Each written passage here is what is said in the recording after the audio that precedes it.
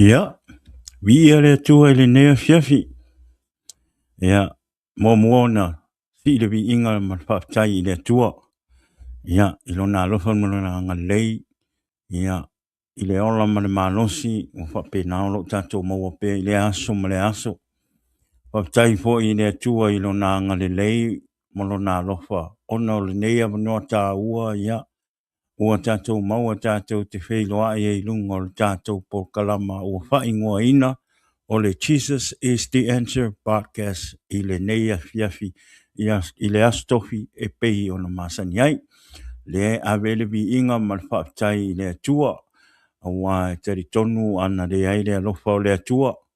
Le ngate leo lona pui pui nga ia se manua e tātou te le iloa po le a winga matanga o le nei aso.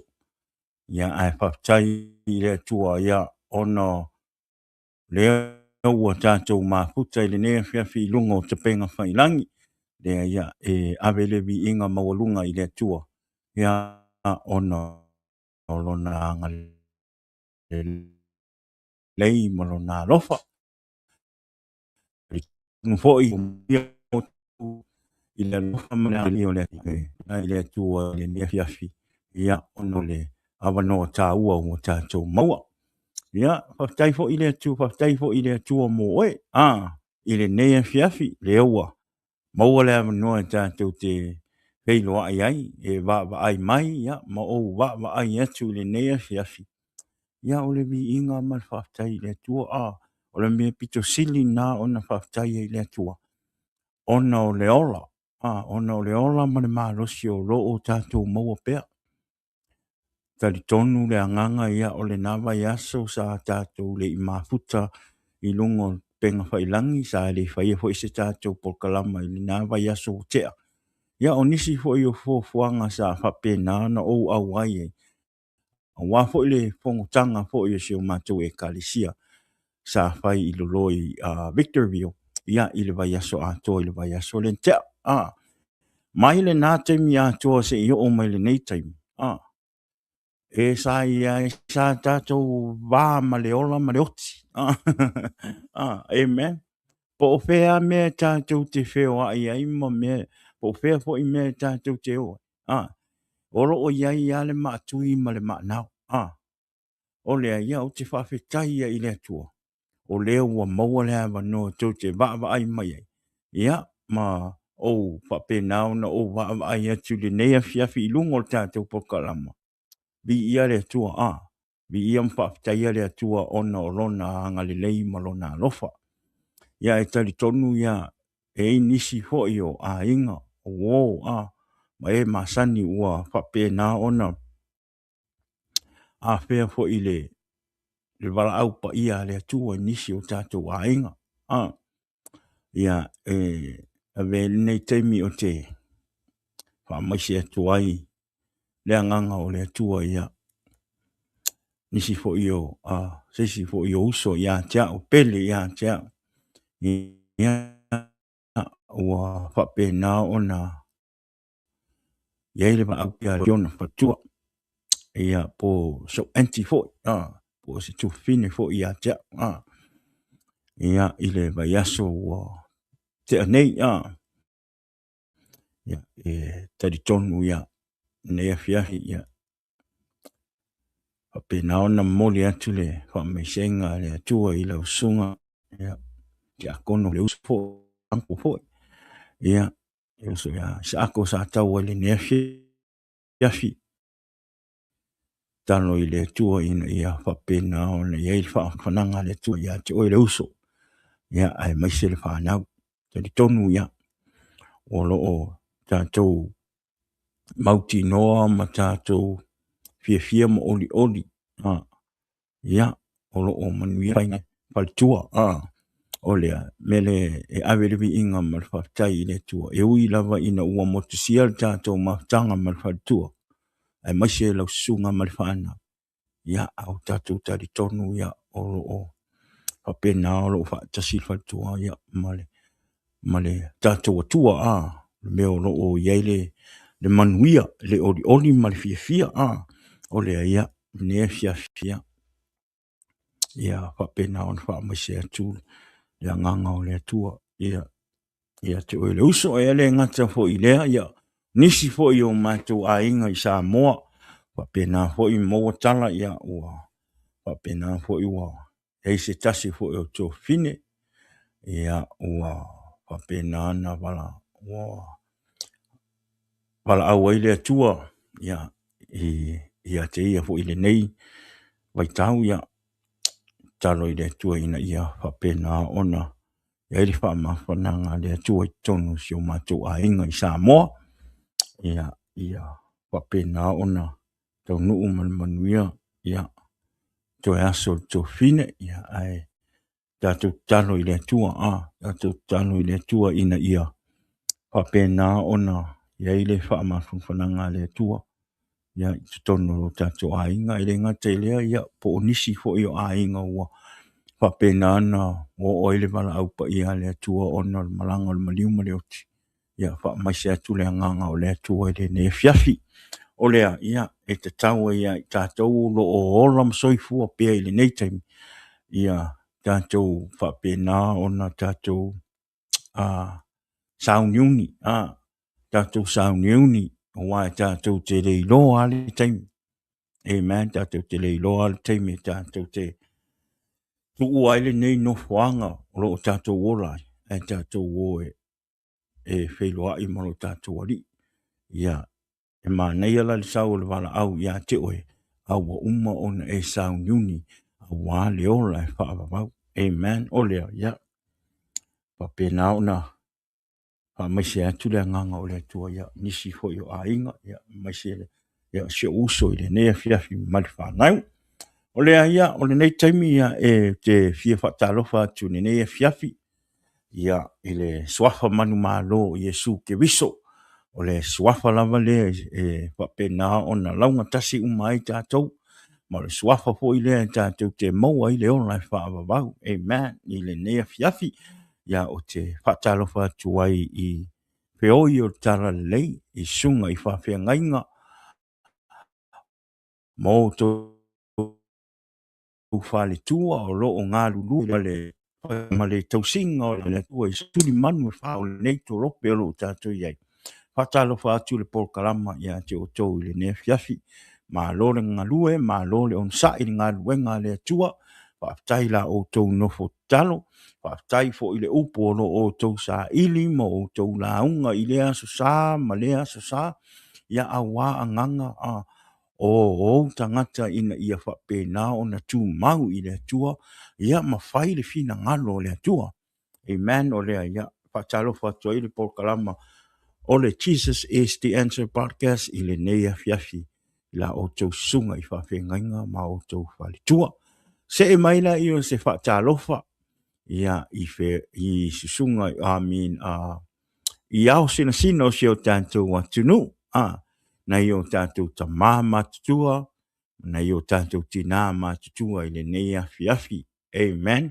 Whatalofa atu le polkalama ia te o tau le neia fiafi. Whaftai fo i la o tau tāpua inga i le aso ma le aso. Taimi e whapena ona sa auni e iau tama whanau i whe au ma tiuti o le aso ma le aso ma le aso. Ia e taritonu ia e le sili ata ina i lo tāpua o lea. Whaftai te le lava i la o tau tāpua. Whaftai fo i la o tau te talo. Amen. Ina ia whapena ona tau nuu male manuia le alo whaiva atu o tama whanau ia i whe au ma ngā luenga ele ngā tai lea o tau singa o tātou a ingo lea te talo i lea tua ina ia whapena ona maua pe o tau le ola ma le malosi amen iei foi se tina po se tamai le nea fiafi o lo o maua tino i mai talo i lea tua ina ia whapena ona whaamalolo ia te oe le ne fiafi. Le suafa o Iesu, amene, amen. O lea ia, whamanuia lea tua ia te o tau le ne fiafi. Ia, ona saula i o sa ufata lofa le ne fiafi, ia, i wo, ma ainga, ma ma sani o le tātou polkalama. O le Jesus is the Answer podcast i le ne fiafi mo o tau. whaapitai la o tau no fo te talo mo le tātou pōkalama. Whaapitai fo i lo o tau lango sua mai le tātou pōkalama. I le sharing o le tātou pōkalama i lunga o lo platform. Le ngā tei lea o le subscribing o le tātou YouTube ina ia whapena. O na lau tele atu le upu le atua i tangata o le lalangi. Amen. Le whaatalo whaatua i por kalama i le nea fiafi i ati o tau. Whaatai fo i le whaatanga ina o le tātou por kalama i tono lo maota, tono lo taavale, lunga o lau kelfongi po whea lama le mea ua e maua mai le nei por kalama. Whaatai, whaamanuia le atua i ati o tau, whaatalo whaatu le por kalama. Ia, i le nea fiafi vi ia le atua i os whaatalo whale nā mo i tātou le nea fiafi. Ia, tari tonu o manuia umo tau i le lofa ma le anga le lei o le atua. Amen. Ia, whaftai i le atua o le ua tātou mafuta i le nea fiafi. Ia, o le nama i aso sa le eise tātou por kalama i le astofi. Ia, ona sa whapena na o wawai atu fo i le kongotanga fo i o sio mātou e kalesia o le Assembly of God i ngei Amerika, o le SDC, o le Samoan District Council. Da whapenao na o wawai e tuai. Ia ma whapenao na o avea i fo i ma tuis fo i sio mātou i tali si e whai ma tuis fono a wā fo i le mātou fontanga sa a wai e tuai. Ia, o se tala mai le fontanga sa whapenao a wai e tuai ma ngai matango fie. Sa wa aia le mamalu o le tua i le maftanga sa whapenao na sa o a wai e tuai. O te whaftai e le tua i sunga i whawhengainga o taitai, sunga le taitai. Ia ai maise lona au ofisa i le upu sa whapena sa la tau launga ina. I mai ai le aso ngafua se i tau le aso tofi. Whaftai fo i e ua whapena o na whau o la tau tusi a whaife au. Ia malo ale rong sai malo fo i le tau atai. Bi ia le tua manga ia le upu sa whapena o na whai ma wha malosi i mo tangata o le tua sa whaptai fo i le upu sa whapena o na whai ma au tu o le whongtanga fo i o le neitau sanga o le upu wha au tu sa o le pole team o le neitau sanga o le whaingoa ua whapea o le the Sanctified Church o le e kalesia whapa ia ina. Amen. Ia. A tatu tala ngoa lo le kalesia. O longa winga. O oe ma. O tātou o le e kalesia. So e te tau fo i la ia i tātou. Ona tātou sanctified. Amen. Ma nei le upo le tua. Ma nei le upo le tua. Mai ai le aso. Mai le aso ngafua se i tau le aso tofi. Whaamanuia lo tangata ma ua toe. Tili ei ona tau e wha ola ola ma wha mautu ma alu alu i luma le ola wha le anganga. Ele sa o sau ma le fia fia ma le oli oli o lo uloto ina ua pape ona o le upu o le tua. Ele ngata i pō sau ninga. Ai mise mo session fo inga e whai i tae au sa o wai fo i le session o le maftanga ta mata ngō fia le wha malosi. Mata ngō fia le upu o mo ta so tātou ta o e te tau ona sanctify mo mua kako. A whai e sanctify oi. E whapa ia, a whape whapa ia o e tama, e pa ia fo i lo ainga.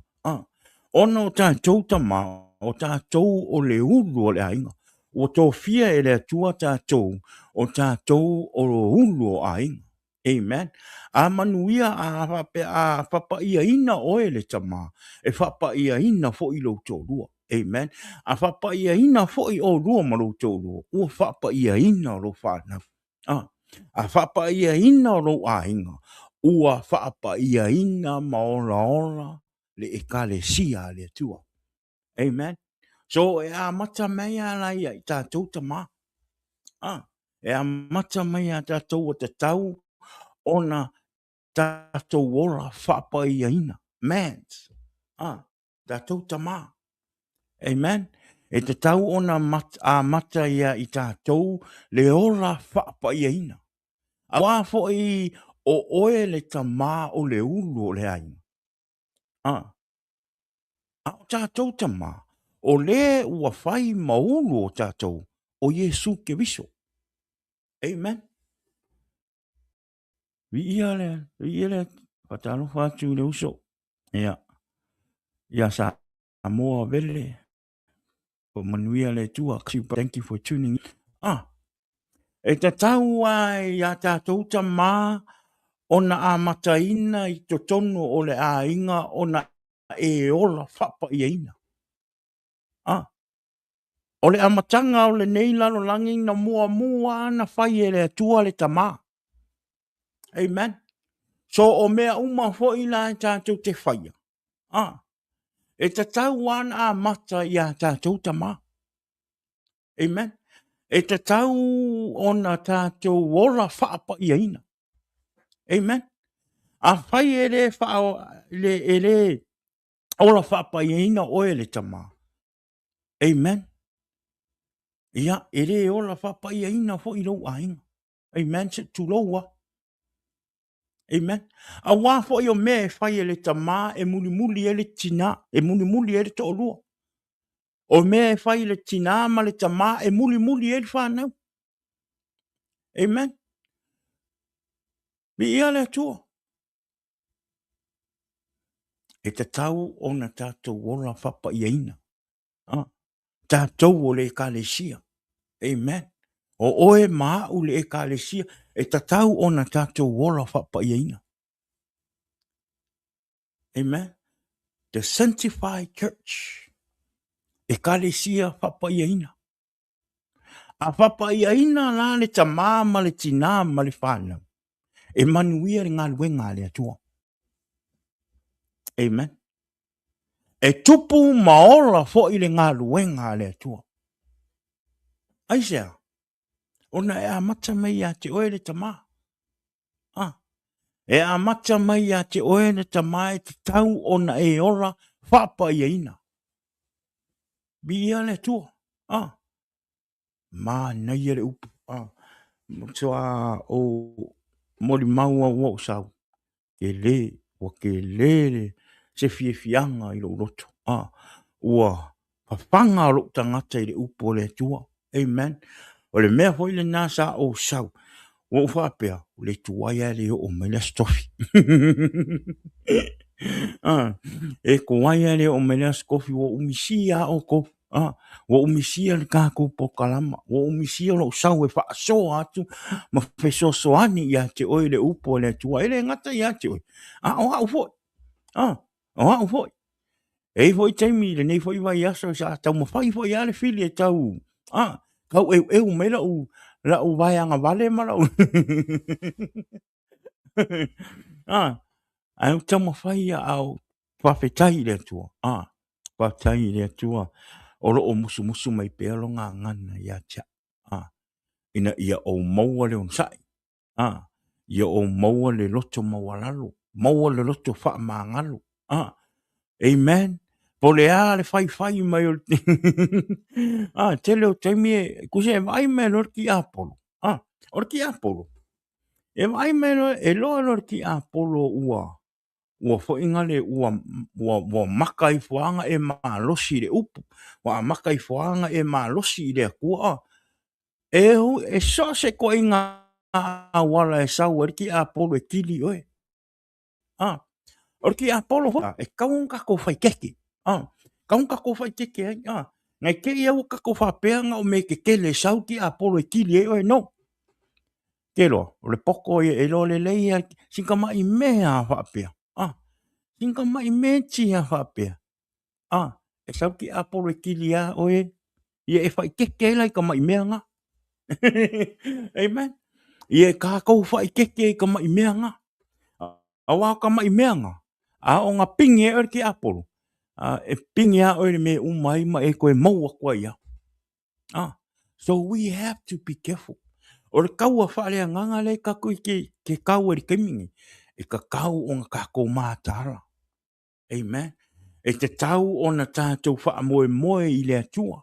E te tau o na tātou wha moe moe le anganga pa ia o le atua. Na te peso soani i a te o i aso uma. O lou ora ma lou o langa. Ina ia whape nā o na tau le anganga pa ia mo oe. Amen. Te leo teimi ua. Ei teimi o te wha le tonu ai. Amen. Ei teimi o te wha le tonu ai. Na o te talo le atua le atuai. Wha mangalo mai lo o tali. O se fo i le nei aso. Amen. Au te talo atu i le nganga o laua. O le nganga pa ia o laua fio. Ina ia wha pēnā o na toi fiso soani. Ma toi wha pēnā o na toi wha atumu i a tea. Amen. O le tangata na o lai nau.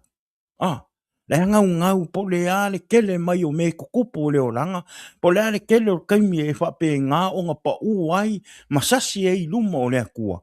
A o lo o te talo pe i le atua ma whatu ese i le atua. Ma te talo i le atua ina ia whape ngā o na maua sisi awanoa e te toi tau mawhai ai ina ia whape ngā o na e tu mau pe i le atua. Amen. O le oranga le tātou te ola. Awa ne i o tātou whaavai i teime tātou te whaale tonu ai luma o le atua. Amen. E re ai masesi o le nei lalo langi sao pea i aso uma. E i teime tātou te pā ai. A o le fia o le atua. Pe a whai e vai mai le atua. Ua e loa lo se se. Ua e wha to ese atu ma le loto sala momoni. Ma ua e te tūlai ma e te tamoi. E fia ai le tua i mea na. Aua ne i o tātou whaavai. Aua ne e whapea e pa ura, o e se, o e angasala, o na e whapea i le, o ai longa toi alofa mai le tua i a te oe. Ai longa toi whaafafonga mai le tua i a te oe, o no lo wangasala pea, lo wangasala pea, lo wangasala pea, lo wangasala pea. Amen. E mau alo wawanoa. A whai e te angasala pea ma e po le ale mea le nai te whai ma e pa uai. E siri loa ona e alwe. E whai le tūlanga na. Amen. Se i malie no loko po le a nai lo sau e koe al pa u, ke sau, koe al, koe sau, koe al, koe al, koe sau. Amen. Alu e se i malie le lo loko. Mo malie lo loko wa ngale wa isara mo ke le ko manga ko fai ngai sau lo la ia ngai ko sau lo la ia. Amen. Ta fa ti lo so ya pokati alo so. Amen. Ngai ko sau lo la ia ia le mele kakalo ngi pa u kakalo ko pa u. Amen. E ke me o fo ia e ke me o ke fa pe ngai fo. E si kai me walu fa le kon ka kalo ile ya walu ko fai fo. Amen. E kako ke pa uma.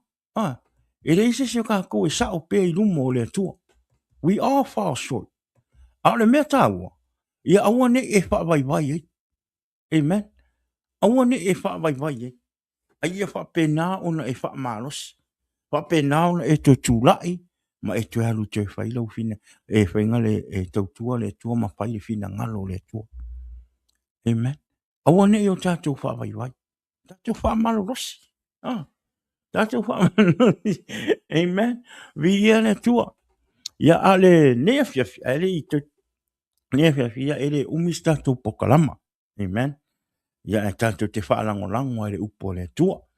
Ia ele i ai tātou de i ola i le tata upa ma losi le nefiafi. Ia. Ole ai le sui ngol tato por kalama. Le sketpa. Ole a pena, ole ai le aso fa popo tato por kalama. Ia wa e pea na ole lua aso ye le maua mai e whai tato por kalama na ole aso tofi. Ia ma le afi o le aso nai. A ole a fa popo le aso tato por kalama. Ia ole aso fa popo tato por kalama. ia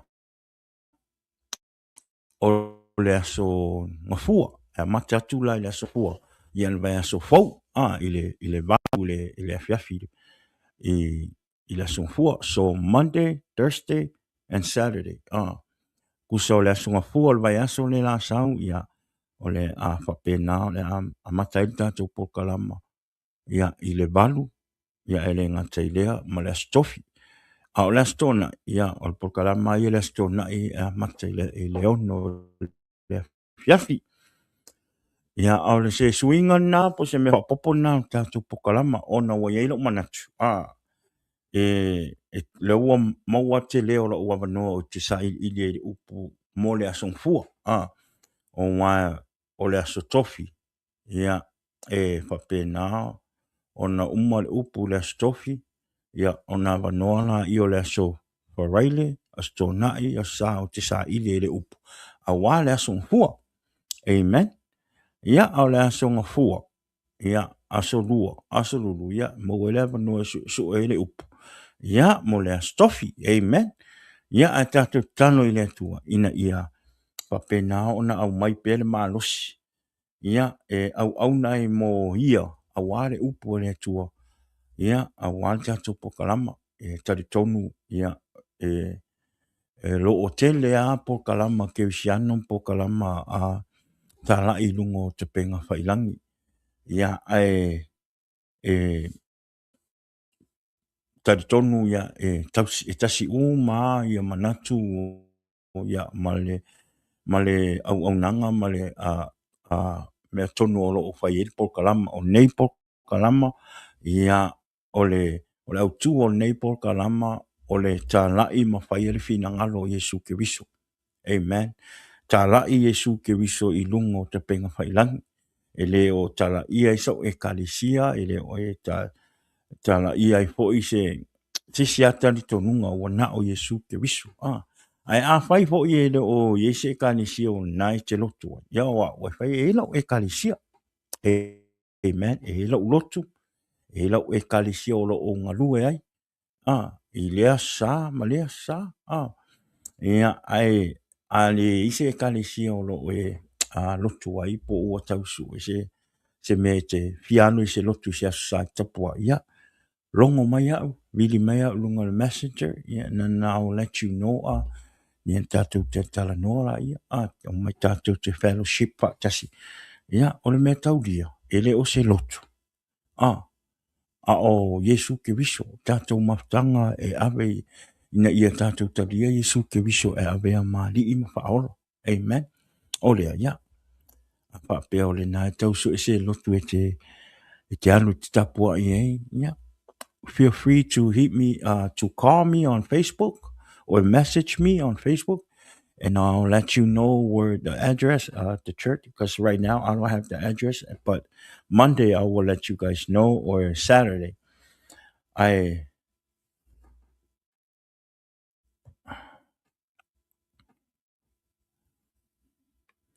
Please keep me and my husband in prayer. Nita Mrs. Sope, okay, sister, Nita, yeah, ole manatua o lua mane. Praying for healing over my body. Okay. Yeah, le nefia fia, Nita o e whapunga mai, yeah, ole Ai se talo e whapena ona, pa ia tule nganga o le tua masosoani le tua I lona whaamanolonga ia te oe. Ia ai mai se ia mskou siau to lua I le ne fiafi. Ai le whaiel ta talo ne tra le ne fiafi. Ia mo ona ia te oe le tatitonu. Ia te oe le whaatua tua. O le a whaamaloloa oe le tua le fiafi nei. O le a fo le se fi au po le a se mana onga o ia te oe ma lo to lua. Ia au ia te oe ona mo whaatua. Ia whaatua I le tua le fiafi nei o le a whaamanuia le tua ia te oe. Whaamalolo le tua ia te oe le ne fiafi. Ia lai le mai tino. Ia le ngate le ia pole alava se tūlanga o loo whapena o loo iei o lua ma shauto o lua i le ne fiafi. Le tua le mātou tamai le ne fiafi talo atu i lau fio. Le ne fiafi le li ie le mana onga le tō fine, ia ne tama le tō lua le li ie. Mō mua le tua wala au atu i lau fio. Whapena ona iei i lau whaamalo longa i le tō fine i le ne fiafi. O ameti ngā o le tino le li ie, talo atu le anganga pa ia o lau fio. Whapena ona whaatonu ai le anganga o le mai na ia whapena ona ru ese ma le tino o le tō fine le li ie ne fiafi. Talo i lau whaamalo longa ia te ia e maise le tō lua le li ie. Ta mātu ina atu fo i la ua le li ie ia te oe le ne ia fiafi ta mā. Ina ia whapena ona e fe soaswani. E ala fo i la ua mana onga le li ie. Ua na o la ua na te silafia le li ie. O ani whainga tā, o ani pua ngā.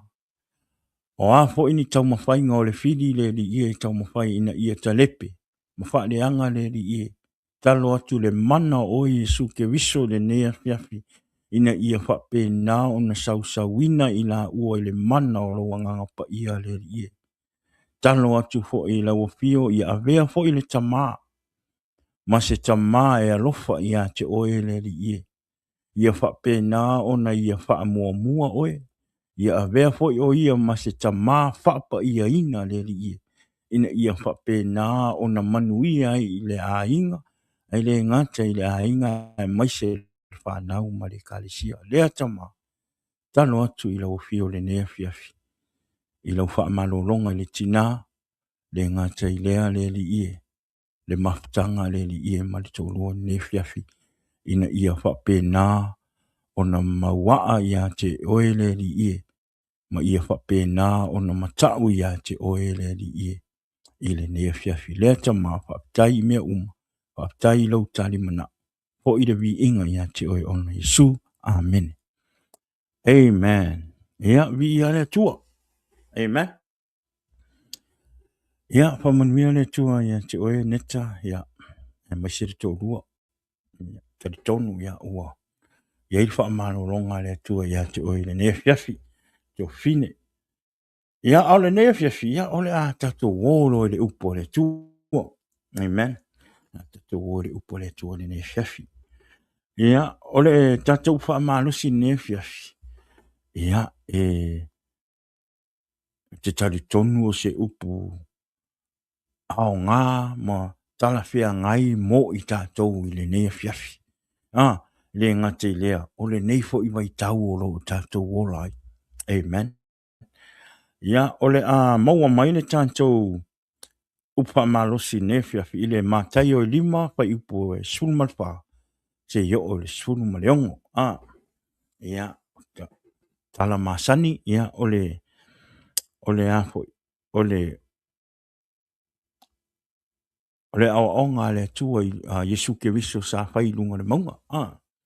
Le ia ili tala lea, ia po o talainga Yesu ke wiso. Ia sa whapena. Nai maua mai le mātai o 5. Whai upo sunmalwha, se yo o sunmaleono. Ia e whapea sunmalwha. O tau o le malama o le lalulangi.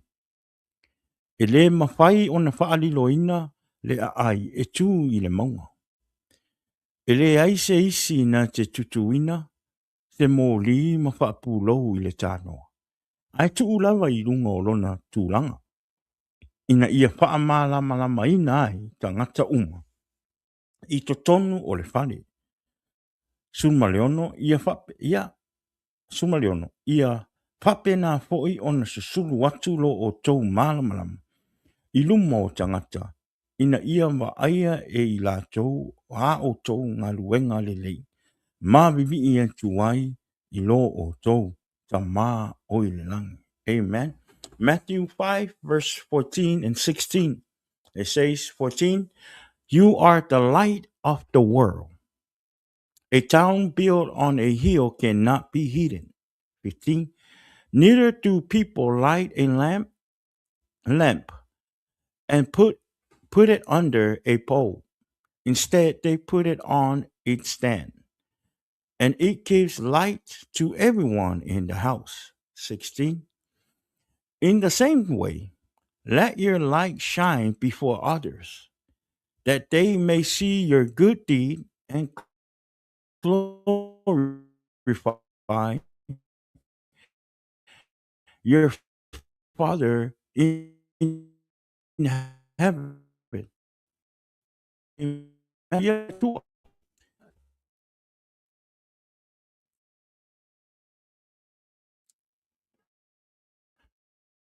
Alfia, te upu a tu a se manatro e wha au tu a ile tātou. No sile, o wha au tala. O i lato uma, o talia Yesu. E ao o na whai ma mala malama o le larulang. Amen. O i lato uma o talia Yesu. E ao o na whai ma mala malama o le larulang. For those who have accepted Jesus, they shall be the light of the world. Amen. For those who have accepted Jesus, they shall be the light of the world. Hallelujah. Saune le manatu momo. Po se fesili. Momo. Pape fea ona avea oe, mamala malama i le larolang. Amen. Sini momo le mo oe ma ule fiafi nei. E pape fea ona avea oe, mamala malama i le larolang. How can you become a light to the world? Amen. O leo fai mai Yesu, o oe ma, o le malama o le larolang. Pesili. E whape whea ona avea la oe. Mamala malama o le larolang. Amen. Po le mea, po so se tangata e whaingale e avea mamala malama o le larolang. O pesili, o ai lea. O ai o lo sau no ai Yesu ke viso. Pe whape whea whai ona avea oe. Au mamala malama o le larolang. Amen. Ele mawhai ona avea oe mau mamala malama i le larolang. Pe a whai o lo tātou i ai pēa i le pongsa. Amen. We cannot become a light to the world if we still in the dark. Amen. Ai se au whai mai e Yesu. O tātou o le mala malama o le larolang. Amen. Ai sea, sea mo whai, la sea mo whetalai me Yesu. O tātou ua whai mamala malama o le larolangi. Longo winga. O le larolangi e pongsa. We are in the dark world. O lo iei tātou I te tono se larolangi pongsa. Amen. O le avea ai o tātou mamala malama. E te tau o na tātou salamo, ma whātou ese I le atua. Ma talia Yesu e avea ma tātou whaola, ma ia tātou sa vavali whaatasi, ma ia whaia lona finangalo. In order for us to be a light in the world, amen, or in order for us to become a light in the world, we have to change our life. Amen. We have to e kakau o ngā kako salamo Amen. Ma ave o tātou wala I le tua, ma talia Yesu e avea ma alii ma whaaola. Amen. Vi ia le tua. In order for us to be a light to the world, we have to repent and ask God for His forgiveness and accept Jesus as our Savior and let us walk with Him and do His will. Amen. O ai le malamalama. O Yesu ke riso le malamalama. Ai se awa fai mai e Yesu o tātou o le malamalama. O le lalolanga. O tātou ua talia Yesu e avea ma alii ma whaaola, ma ua ola Yesu I te tonu o tātou o langa, ma ua avea tātou ma whaanau o le atua, o le susulu o le mōli, o susulu o le malamalama o Yesu ke riso I ate oe, e susulu atu na I le lalolangi. Amen. Vi ia le atua. Pe mai le Ione, John 8, verse 12 says, when Jesus spoke again to the people, He said, I am the light of the world. So whoever follows me will never walk in the darkness, but will have the light of life. Longo winga. O le avea hai o oe malama o I le lalolangi. E le mawhai o na e toi savali I le pongisa. Amen. Vi ia le tua. O le tangata ua savali I te tono le malama. O le tangata ua iai le malama o Yesu Keriso. Amen. So e te taura o na e follow ma e whaia le fina o le atua. E ave ai o e malama o le lalolangi. Amen. O Yesu o le malama. Amen. O lona winga. Ale ai Yesu I lo wolanga. E leo I ai fo I se malama I ate oe. Amen. If you don't have Jesus in your heart, if you don't have no relationship with Jesus, or you don't have accept Jesus in your life, you are in the dark. You don't have a light in your life. Amen. He mai Yesu. O au nei o le malama o le lalolangi. O le muli mai ia te au. E le savali o ia I le pouliuti. Amen. Ai ia te ia le malama o le ola. I am the light of the world. Whoever follows me will never walk in the darkness, but will have the light of the world. O longo winga. O le avea I oe malama I le larolang. E te tau ona le leilo wa mio. Amen. Wa te tau ona sui lo wa mio. Wa te tau ona e a mio fa atua. Wa tau ona avea oe ma se tangata a mio tau sa fia. E te tau ona I loa e tangata le larolangi o lo atangia mai le malama su lo waranga. Yo wa mio. O me fai. Amen. Ele o lo tau tal. Amen. O upu. O upu te tau tala ai. Amen. E tau on sui. Pe a fai ua avea oe ma malama o le larulang. Amen. Na o le malama le susulu ia te oe. Ua na o me le lei, maami o le lei, ma winga le lei, e fai e le malama le susulu ia te oe.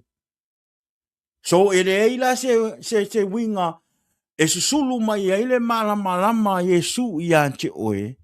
Ai ese lo wa mio ese o upu tala. Amen. E te tau ona ia te oe se a mio le lei. E te tau ona ia te oe ni winga le lei. E te tau ona ia te oe se ni upu te tau tala ai upu le lei. E upu e mau ai le ola. O le upu e whaola ina i se anganga. O le aere o se upu e whapena o na vai ma mawhatia i se anganga. Amen.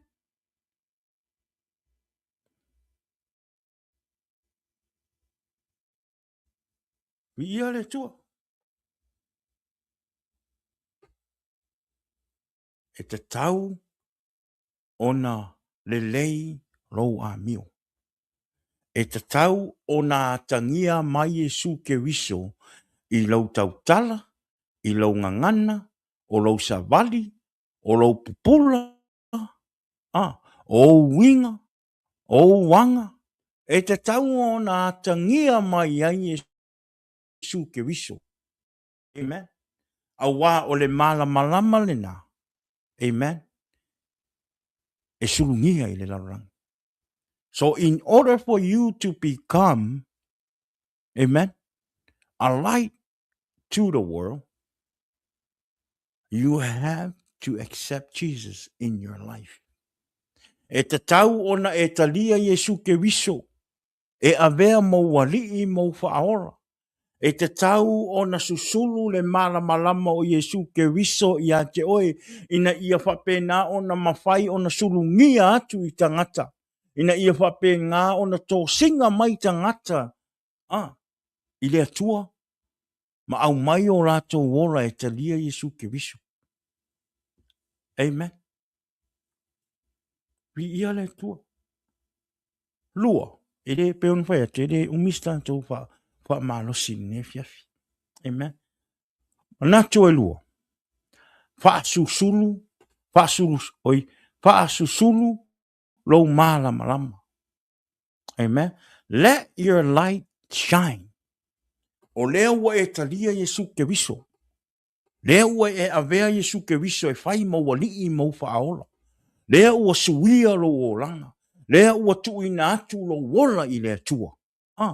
Ma ua whapena ona e matau i lea tua, ma ua e whaamaoni i lea tua, ma ua avea oe ma talii ma whawhine o le tua. Ua te tau loa o la ia te oe, ona whaasusulu lou malama i le larolangi. Let your light shine to the world. Pe mai le whai upo sun mal wha, ma sun mal lima. Pe mai. O tau o le malama o le larolangi. E le mawhai o na wha lilo ina, le ai e tū i le maunga. Pa upo sun mal lima. E le ai se isi na te tutu ina se moli, ma wha pūlau i le tānoa. Ai tū lava i lunga o lona tūlanga. Ina ia wha malama ai. Tangata uma i te tonu o le whale.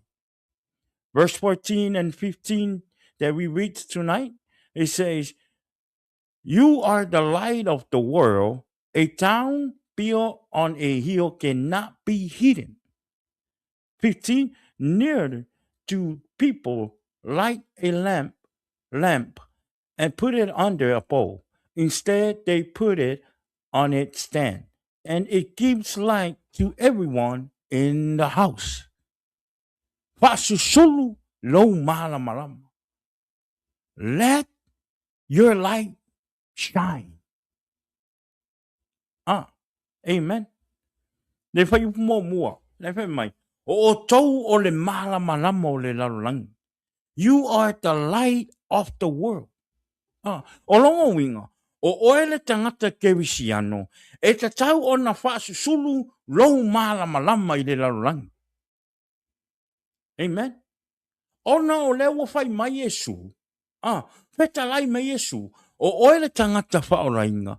O oele tangata ua talia Yesu. O oele tangata ua avele ola i lea tua.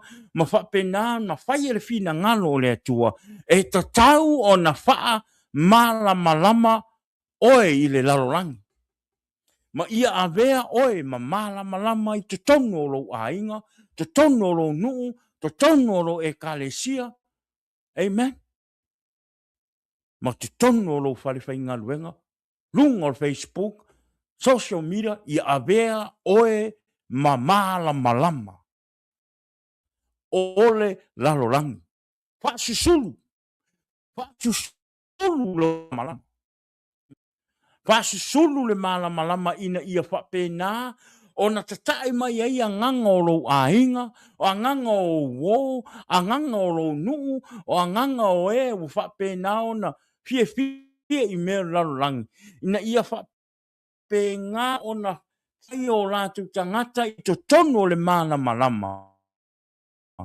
Ina ia lātou ta tu e avea ma i paola. Amen. Oe mai eita. E re oe whatosinga mai eita ngata. Aore malama o Yesu ke wiso. Ua sulungia ma whai loa ma i loa o langa. Ina ua avea oe ma tali ma whawhine o Yesu ke wiso. E sulu atu i le lalolangi. Amen. Let your light shine into the world so that people can come and receive Jesus as their Savior and their Lord. Amen. Vi ia le tua. Fai mai le Efeso lima fai upo e vatu. Fai mai le Efeso lima fai upo e iwa. Fai mai. A wā o le fua o le malama o le anga le lei uma lava lea. Ma le a mio tonu ma le wha maoni. Ephesians 5 verse 9 says, for the fruit of the light consists in all goodness, righteousness, and the truth. O fua nao le malama e te tau ona i hate oe, e te tau ona susulu atu i le lalolangi. Amen. E te tau ona ai mele lalolangi. I hate oe, o whape naoro atangia mai ai le file e mua le atua i lo langa. Le wha manuianga le atua i lo langa. Ma ua whape naona telefua o a mio le lei o mea le lei e te whaia, ona o le atua. O fua la i o lo langa. E te tau ona whape na ona sulungia atu i tangata. O lo whape na o lo i te tono le pongisa. Le lalo langi pongisa o lo tatu iei. Amen. Vi ia le tua. Fai upunga so ane. Fai mai. E le mawhai ona whaalilo ina le ai e tu i le maunga. E le ai se isi na te tutuina se mōli ma whaapulou i le tānoa ai tutu lava i lunga o lona tūlanga ina ia whaamala mai tangata uma o lo i te tonu o le whale. Amen. Whaasusulu le malama i le lalolangi. Whaailoa le lalolangi le malama o Yesu ke wiso na ia te oe. Bia le tua. Le whai mai. O le ai o lo o i lunga o le maunga. E le mawhai o na lilo. Amen. Bia le tua. Amen. A tatou wa ai i lunga o le maunga. A tatou wa ai i lunga o le maunga.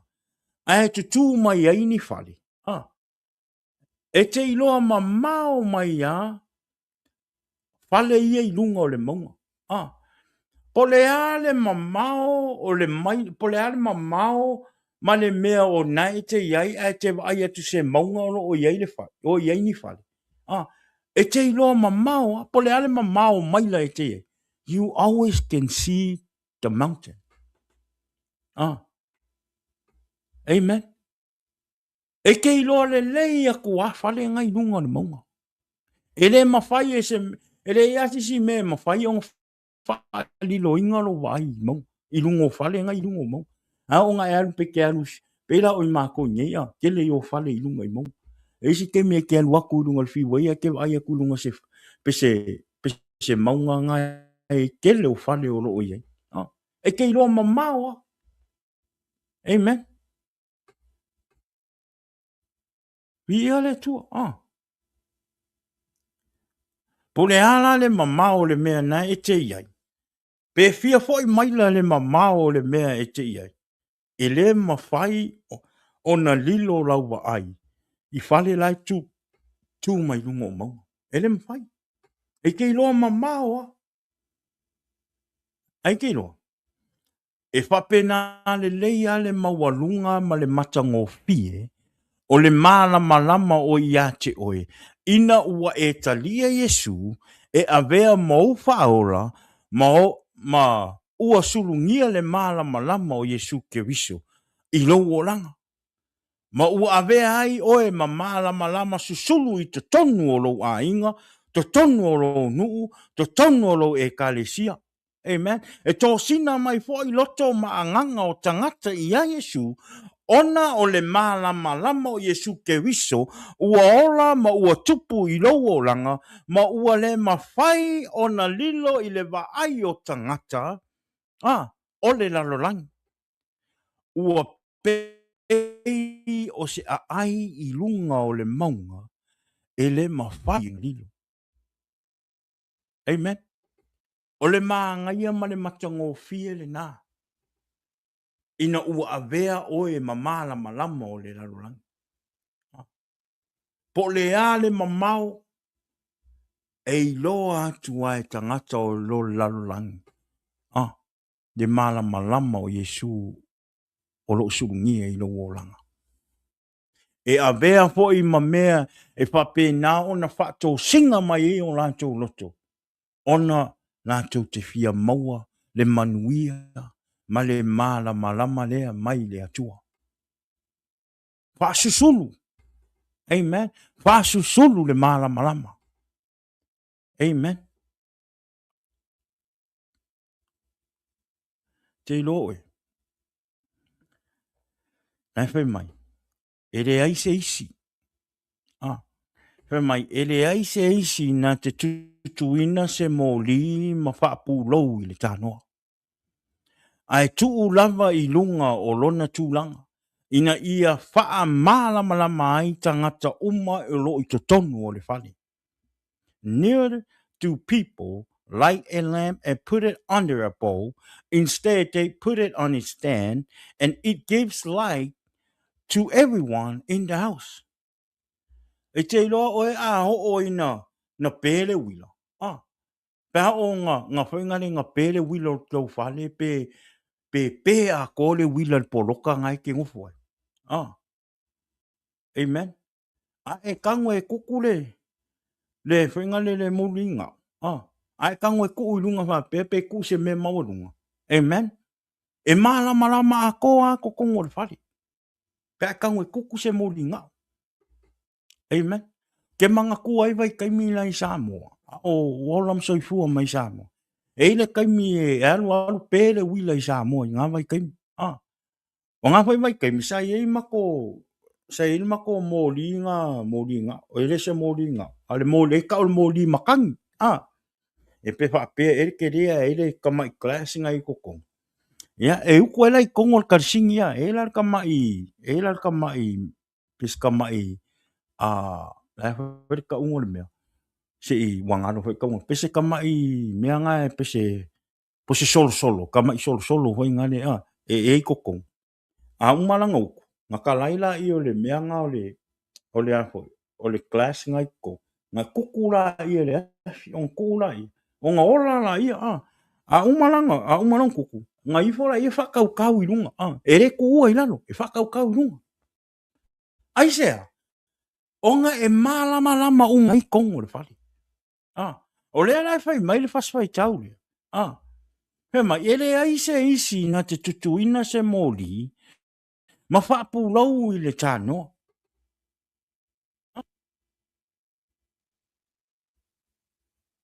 Amen. O lea o ngā e tutu e le. O lea o ngā e kuko e le mōli ngā onko e kangu whaapu lau. What's the use? E lua mea kupu.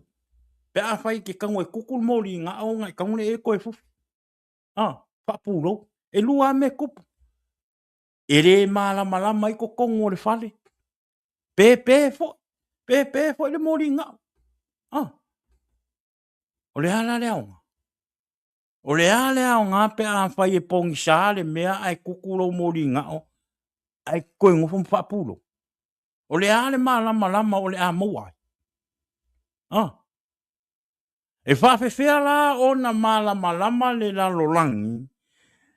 Ma ta inga mai loto maanganga o tangata i le whaola tanga. Pe a whai o nae tutu ma whapuro.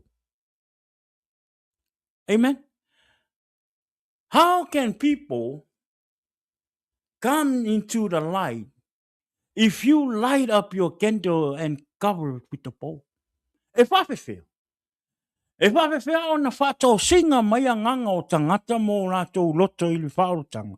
Pe a whai le e te ngofo, ma kukuro mo lima e koe kang koe poro koe whapuro ma makawa.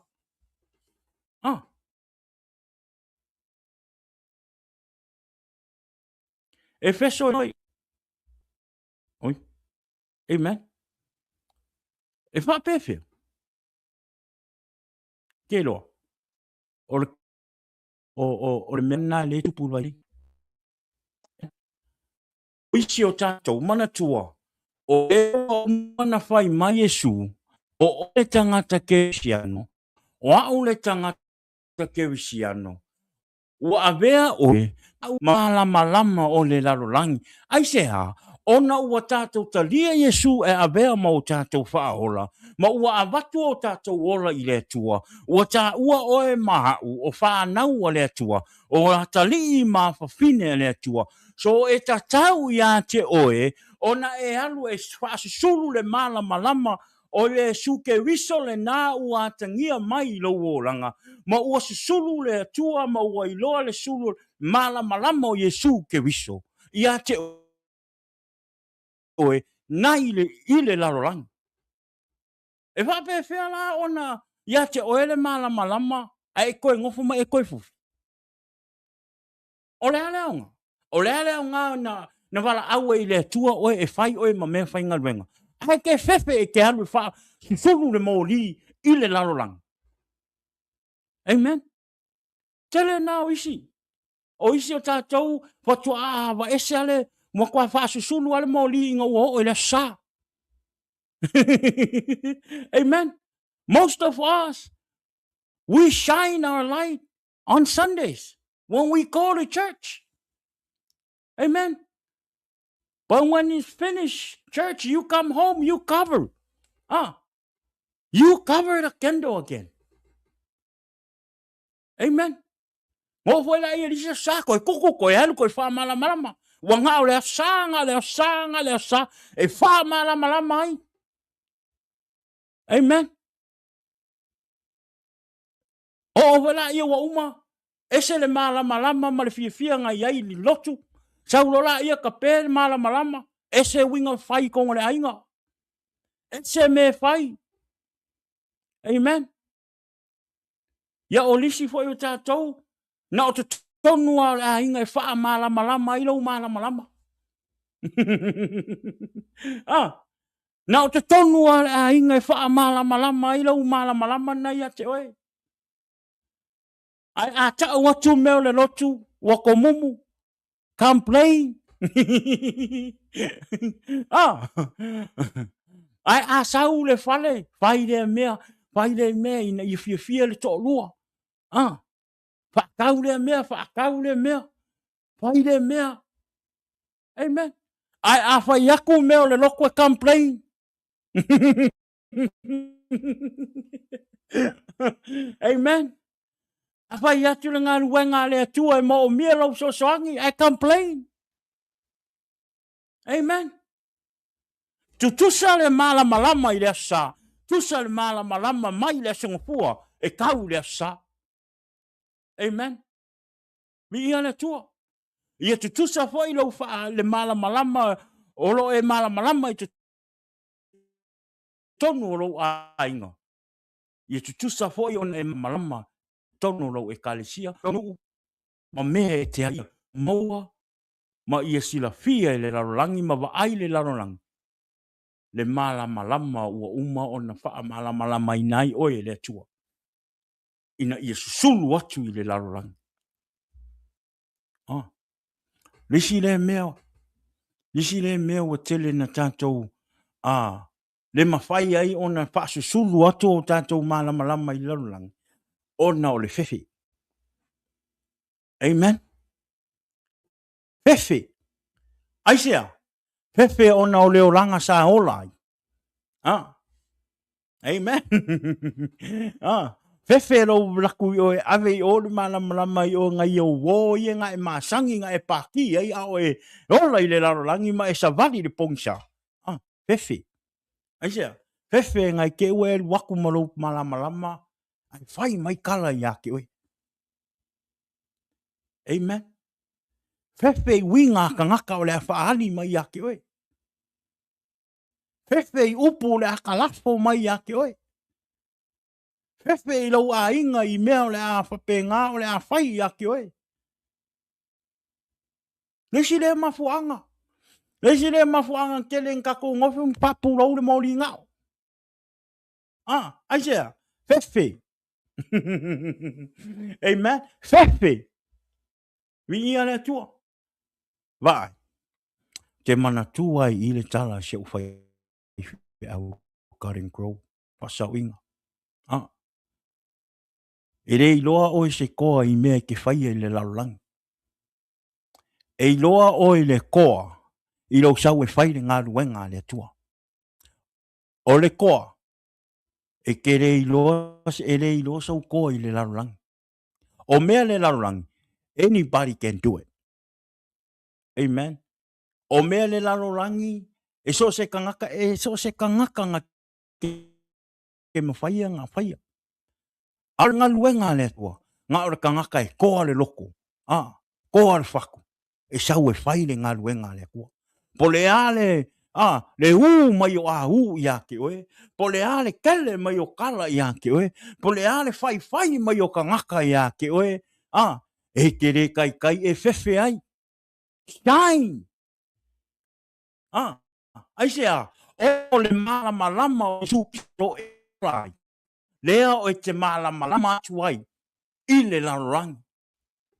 Be a light to the world. And don't be a darkness in the world. Amen. Wingia le tua. Avea oe matangata wa susulu ele malama o le tua i le larorangi. Au o le fefe. O le fefe o le mea e tu atu e le ti apolo ya te oe. Aisea, ina aua nei e whai ai le fina ngalo o le tua. So a whai o ia te oe le fefe. A wane i ngalo ia te oe. O le ti apolo nai tu ua le fefe ia te oe. Amen. A e fia koa. Sau e whai le fina ngalo le tua. Sau e ave lo wona i le tua. Sau e ofo ina atu lo wona i le tua. A vea oe mamala malama o le laulangi. A vea oe mamala malama i te tonu o lo a inga. A vea oe mamala malama i o a inga i o uso mautua whapine. A vea oe mamala malama o lo nu. A vea oe mamala malama i te tonu o lo ekalesia. Amen.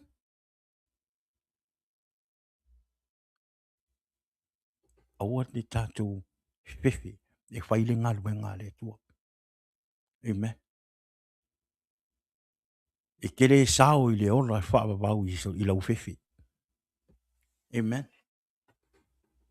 You were never going to make to heaven if you fear of the world. Amen. O mea le lalulang, e ngaka i le lalulang ngi. A oro sau e whaile fina ngalo le atua. Ma a vea oe mamala marama. O lona tau inga, o le manuia, o le ola e whaababau. Amen.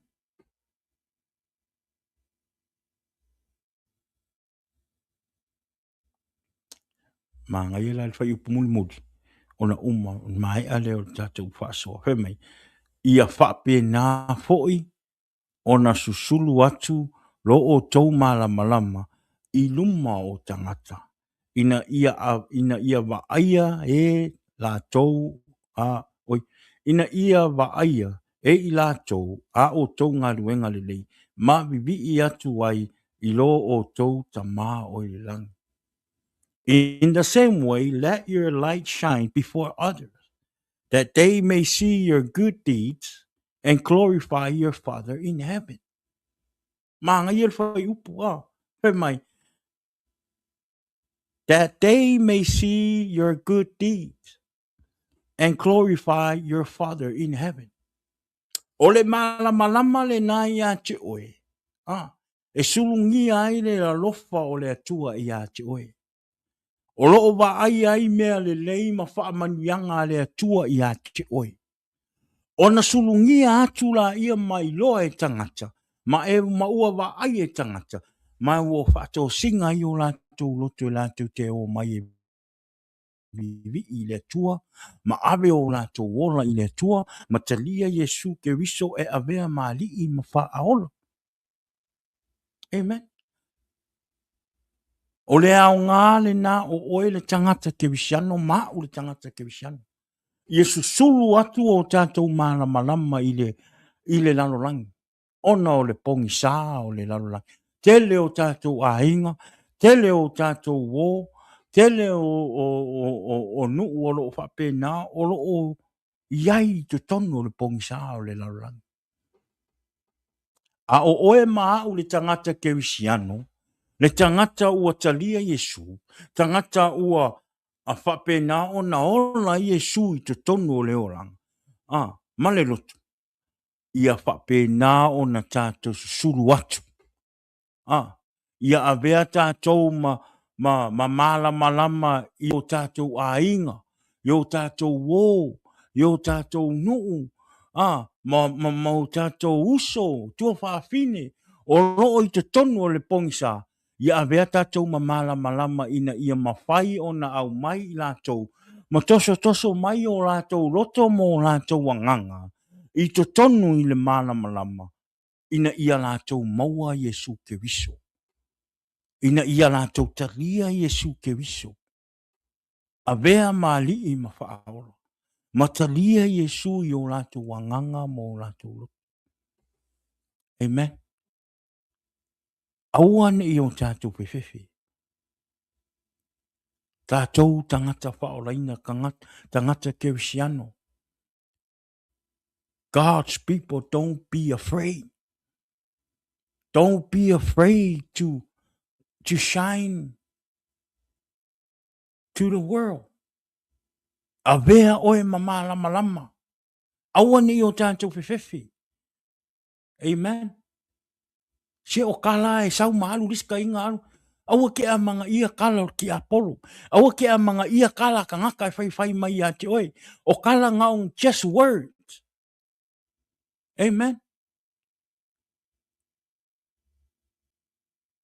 Whai pe alfina ngalo le tua. Amen. Whai le fina ngalo le tua. He meile tātou upo autu. For those who have accepted Jesus, they shall be the light of the world. O ila tō uma ua talia Yesu, e ao o na whai mamala malama laulangi. Oe, o oe mahau le tangata kerisiano. Amen. Vi ia le tua. O oe mahau le tangata kerisiano. O le taimine, put our differences away. O le a le lotu e lotu ai, o le ato I ngā tāpuai te tāpuai. Tasi ale aunga o mea umane. Tasi foi le te tau o na tātou talia I o tātou roto mo tātou oranga. O Yesu ke viso. O Yesu ke viso o le malama. O le sa manu malo I lunga o sa tau.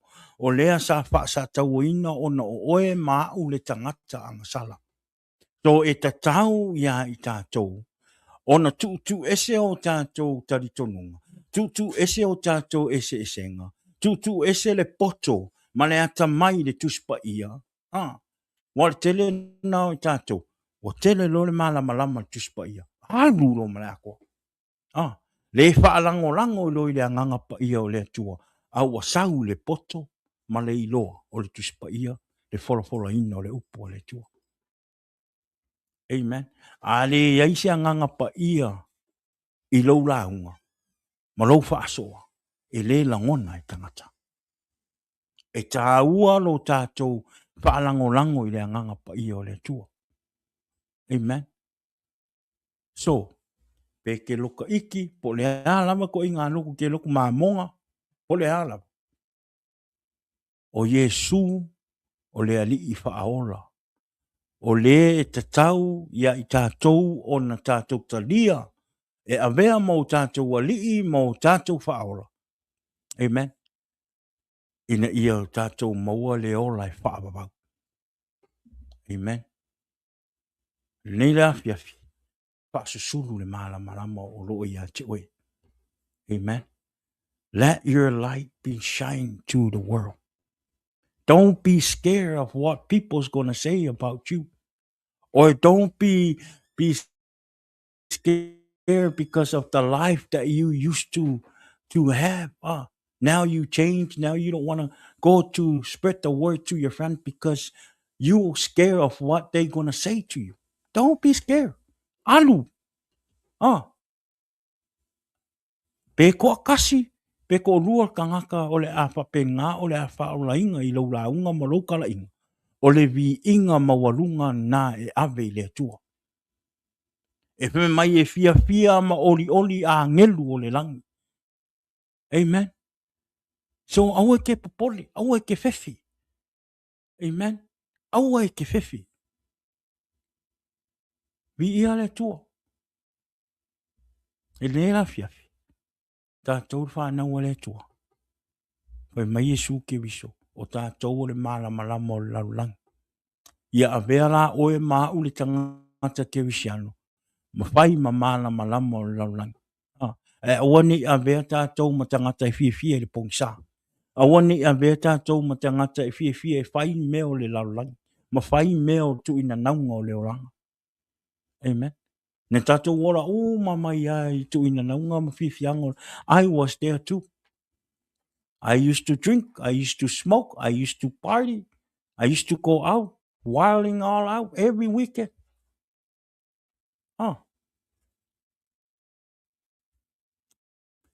But there's going to be a time of your life. You're going to be like, this is it for me. I'm done. I need to give my life to Lord, to God. I need to accept Jesus in my heart. I want to become a new man. I'm tired of seeking to do the same thing over and over and over and over every single day. My spiritual life is not growing. I don't have no kind of spiritual life. So I think it's the time for me to go give my life to God. Let Jesus control my life. Let the Holy Spirit of God control my life. Amen. Sawe au mai lo wola I le atua. Sawe ave lo wola I le atua manu o lo e maua pele malosi ma le ola I taimi nei. Amen. Pe o nau whai atu. Aua ni avea le apo. Le utari tonunga ma le po le lotu nai. E tā ofi ai. Lo oea tangata fia ola au auna I le atua. Ma talia Yesu e avea mo wali I mo whaola. Amen. Accepting Jesus in your life and become a disciple of Jesus. E leo se tari tonunga o se ekalesia. E leo o le mea na whetalai mai e le atua. Ia te oe le tangata kewisiano, mahau le tangata kewisiano. E te tau o na tātou talia Yesu e avea ma li I ma whaola. A wa nao Yesu tātou te maua I le ola e whaabau. We're not going to make heaven because of your church, because of your belief, because of what you know. because of you know the Bible, you know all the verses, no. Olo sao I leo lai whaabau. Olo talia leo Yesu e avea mawali I mau whaola. Ma ia whape nā ona e ola ai, ma e savali ai, ma whape nā ona e nau, e whai le fina ngalo o le atua. Amen. Longo winga, e o te tau ia te oe ona tiai o winga tuai.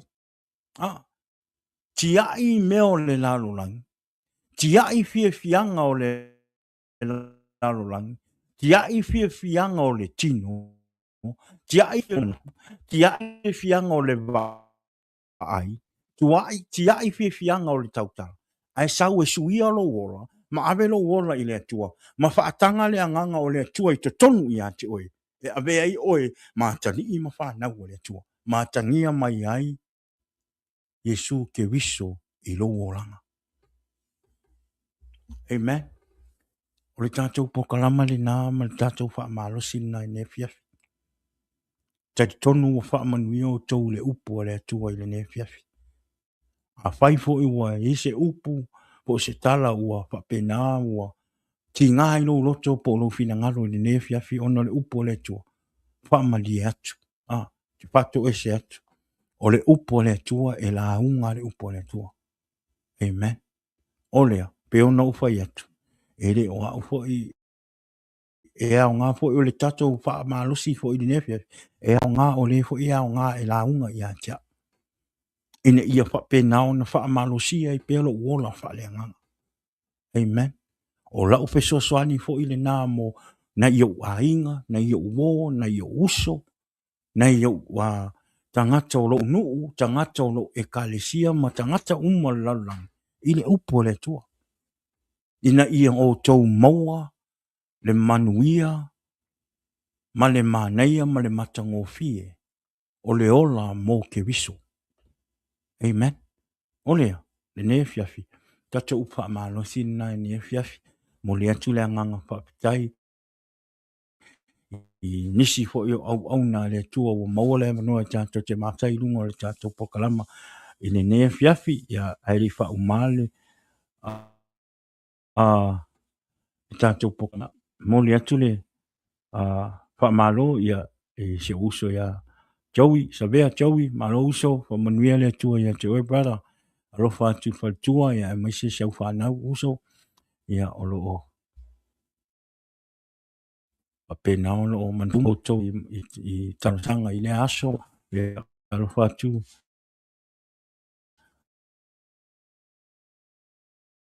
Fa manuia atu le wafa o Yesu Kiriso I to. Sunga I whawhia ngainga ia o sunga le whaiwhi au. Ia ia, friend, tua ia ruta le nea fiafi. Whaptai tele ia te urua na iau mātua whaalea nganga. Ia au wafo I tātou mawhtanga sa whapena sa tātou whaatasi ai le tātou mawhtanga. Ia whaptai I mea uma. Whaptai la o lua lofa I le tātou tama whaalea nganga ma le tātou tina whaalea nganga. Ia, whamanuia alea tua ia te urua. Whaptai I fo'i. I lua ola au na fo'i. Ia awane. Ia lofa fo'i si o tātou tama. Ia polito ina. Ia marifali tua o lea. Ia hoa meu whaana o nao inga. Ono lua anga leima lua lofa. Ia I le tātou tama whaalea nganga. Mai po o tātou mātua whaalea nganga. Ia lofa le tua whaatumutumu. Meu whaanga o nao inga ai. Moli atu lofa anga ma. Whaktai al pokalamo Jesus is the Answer podcast. Ia te ulua I le ne fiafi. Ia le ngantai lea, ia whapele tina po le tofine fo ia tangi lima toli a fua. Mai Garden Grove, ia whamanuia le tua ia te oe tina, whaptai whaatasi mai. Ia lofa le tua, ia whapena maua pe oe le ola ma le manosi. Ia le ngantai fo I lea, ia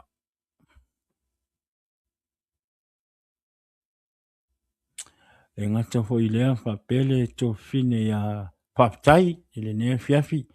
Whaptai ia whamanuia le tua. Thank you for praying. Ia whaptai fo I le nofo talo fo ia wata tau pokalama I le ngata I le ia. A pēa lo nei tangata ia ma le a inga. ia whaptai fo i le mafutanga, whaptai sa tātou whiroai, ia whamanuia le tua ia te oe tō whine, ia e maise seu tali, i le nea whiawhi, ia whaptai le tua, ia maule mafutanga tātou te whiroai ai, ia wai atu o lo o whapena ona manuia pe oe le tō whine, le ia whamanuia le tua ia te oe, le ngata lea ia whatalofa atu fo ia i le whalitua, ia ela, ia male sunga le whiwhi au ia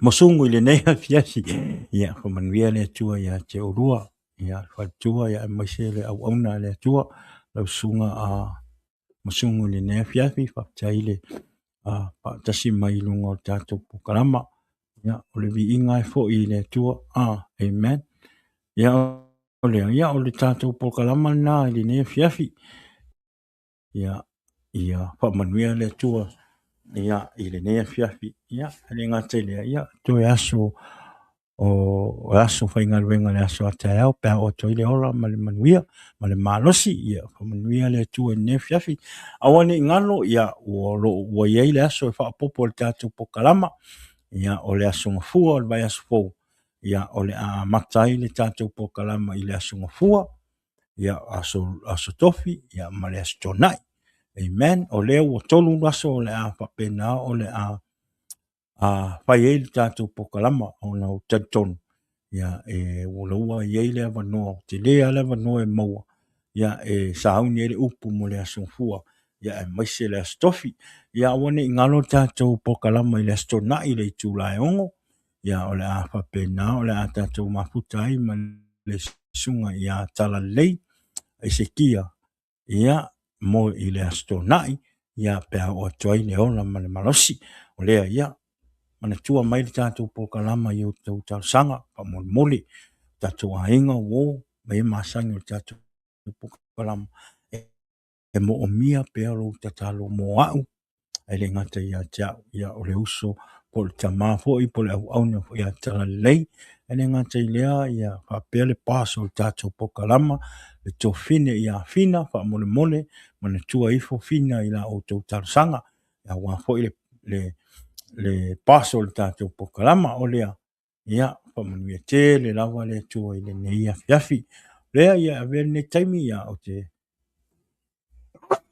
sorry, excuse me ia o te wato wha tuai ia i le mātou na ia o mātua wha le anganga ia o pa u ia te au whatalofa ia ai tarutonu ia o loo mafuta mai le nea fiafi ia o manuia atu le atua ma whatalofa atu whatu le pokalama na ia o mātua wha le anganga i ta mai ia porto ina ia Wesley Satake ma le whatua ia wā ia maise le nofo iano ia whamanuia le atua ia te orua whataila o rua nofo talo a wā le pokalama ele ngate lea ia papeolo a inga lea whamanuia atu le tua alofa le tua ia maupe o rua le ola ma le manosi tātou te mafuta i pea o tātou ngā lulu e i le ngā ruenga le tua le ngate lea ia avea fo le teimi ia o te pato wha atu ai ia i le paso le tātou pokalama i le nea fiafi ia i le ia fina ia manuia tele nei po partai lo nofo talo o le tātou pokalama ia manuia le atua ia te oe to fine ia whatalofa atu fo i le nei tae o le nei fiafi ia to fine ia tau wā ia o le ua saua uma tātou pokalama ia e mawhai aina e te matamata i pēr uma tātou pokalama lea ia alofa atu ia te oe sister wā ia le ngate lea muli atu alofa anga ia anti papio i le nea fiafi amen alofa atu ia te ia talo pe le atua ia maua pe ia le ola ma le malosi ia i le aso ma le aso o lea ia alofa atu uma mo o tou i le nea fiafi ia whamanuia le atua paise talo moe ai in the name of Jesus amen. Jesus is the answer for the world today. Above him there's no other. Jesus is the way. Jesus Jesus is the answer.